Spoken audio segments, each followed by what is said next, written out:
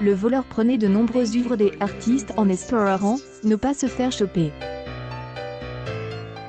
Il faisait du travail de gros. Mon œuvre a été mise aux enchères sur OpenSea telle qu'elle, il y avait même ma signature, raconte une artiste, victime des copies mintées. Un internaute qui vole une image et la transforme en NFT, la mint, comme on dit dans le jargon, pour la revendre sur des places de marche. Pour rappel, les non-fungible tokens, jetons non fongibles en VF, sont des objets ou œuvres numériques, photos, vidéos, tweets, gifs, etc. Elles authenticité et la traçabilité incontestable et inviolable grâce à un certificat repertorié dans une blockchain, le plus souvent l'Ethereum, dont la monnaie virtuelle, est également des personnes qui suivent mon travail ont revenu que j'y étais sur la plateforme OpenSea, une des principales places de marche pour les NFT. Il y avait environ 900 œuvres transformées en NFT qui ne lui appartenaient pas, poursuit la jeune femme. Et le phénomène est malheureusement pas rare dans le monde des NFT. Il y a beaucoup de copies mintées, confirme Keblin, curatrice pour la plateforme Obscubergy sur Tezo, une autre blockchain qui permet de créer des NFT. Mais alors, comment les artistes peuvent-ils se protéger ? Les plateformes prennent des mesures pour lutter contre ces contrefacteurs, mais leur marge de manœuvre est limitée. Sur Obsc, ces personnes sont bloquées automatiquement quand elles ont déjà été détectées une première fois, pointe Keblin. Ce sont les mêmes qui copient des images plusieurs fois. La plupart du temps, le copie-mint est récidive en créant de nouveaux comptes et ils sont reliés à un ancien compte supprime, ils sont repérés par la plateforme. La détection prend plus de temps si l'individu usurpe pour la première fois, ou si l'œuvre volée appartient à un artiste plus confidentiel. Personnel, j'y en repère un certain nombre, poursuit la curatrice spécialiste des NFT. On sait que certains artistes sont copie-mint régulièrement, comme Polygon 1993 ou Mathieu Braximi qui sont très populaires. Le contrefacteur a eu le temps de vendre le jeton numérique, le mal est fait. Il n'y a plus moyen de supprimer le NFT rétroactivement de la blockchain.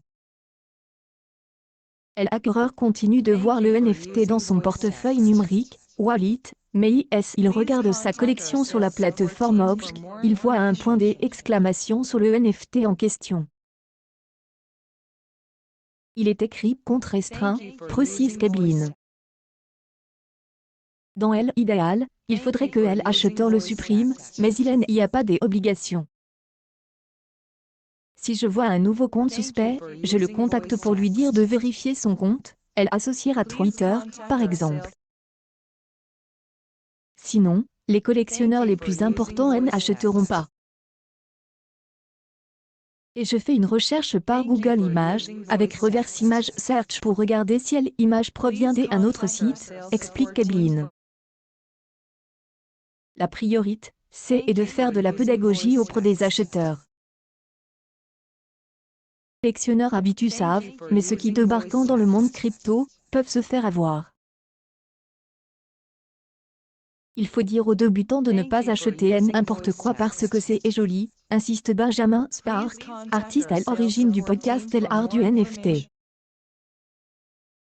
Il faut regarder qui vend cette œuvre. Le vendeur est-il le créateur? Si vous tapez le numéro du wallet du vendeur dans Etherscan, vous voyez immédiatement tout ce qu'il a vendu. De son côté, la communauté crypto fait un gros travail des alertes. Tous nos followers sur les réseaux sociaux peuvent nous signaler un vol et surtout la communauté NFT, elle-même, être vigilante, poursuit le peintre qui s'est mis au NFT en janvier dernier. Victime, cette usurpation n'est pas anodine. Personne qui crée un NFT à partir des œuvres des volées porte atteinte au droit de reproduction car il fait une copie numérique de l'artiste sans demander son accord, et au droit de représentation car il fait une mise à disposition du public, souligne Bérénice Ferrand, spécialiste du droit de la propriété intellectuelle et avocate chez Avocat 2.2. Plus de cela, il porte atteinte aux droits de suite de l'artiste, le pourcentage que l'artiste perçoit sur les reventes de son œuvre. Benjamin Spark n'est pas folle. Selon lui, ce n'est pas différent du phénomène des sites qui reprennent des illustrations sans autorisation pour en faire des vêtements. De nombreux artistes on retrouve leurs œuvres sur des t-shirts, parfois même vendus par des grandes enseignes. Le NFT ne fait que repliquer la virile, observe-t-il. Seule différence, non négligeable, c'est l'anonymat.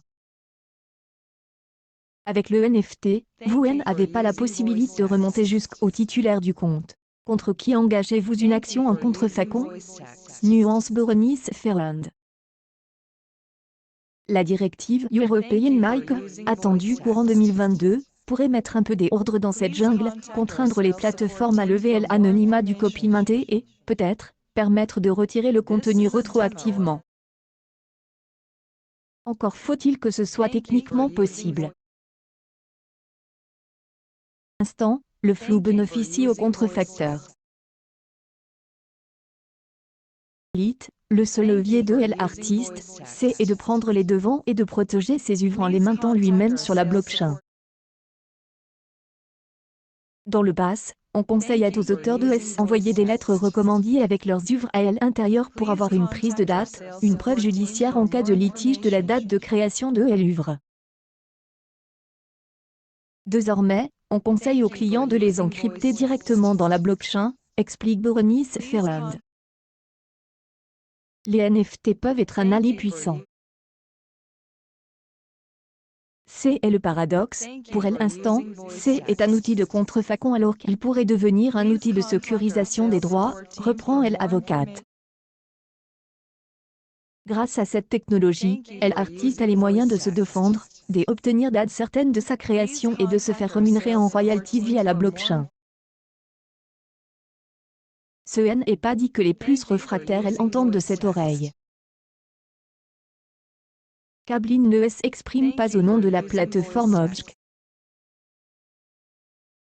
Benjamin Spark participe au meet-up de Fauve Paris ce mercredi qui se penche sur la révolution NFT.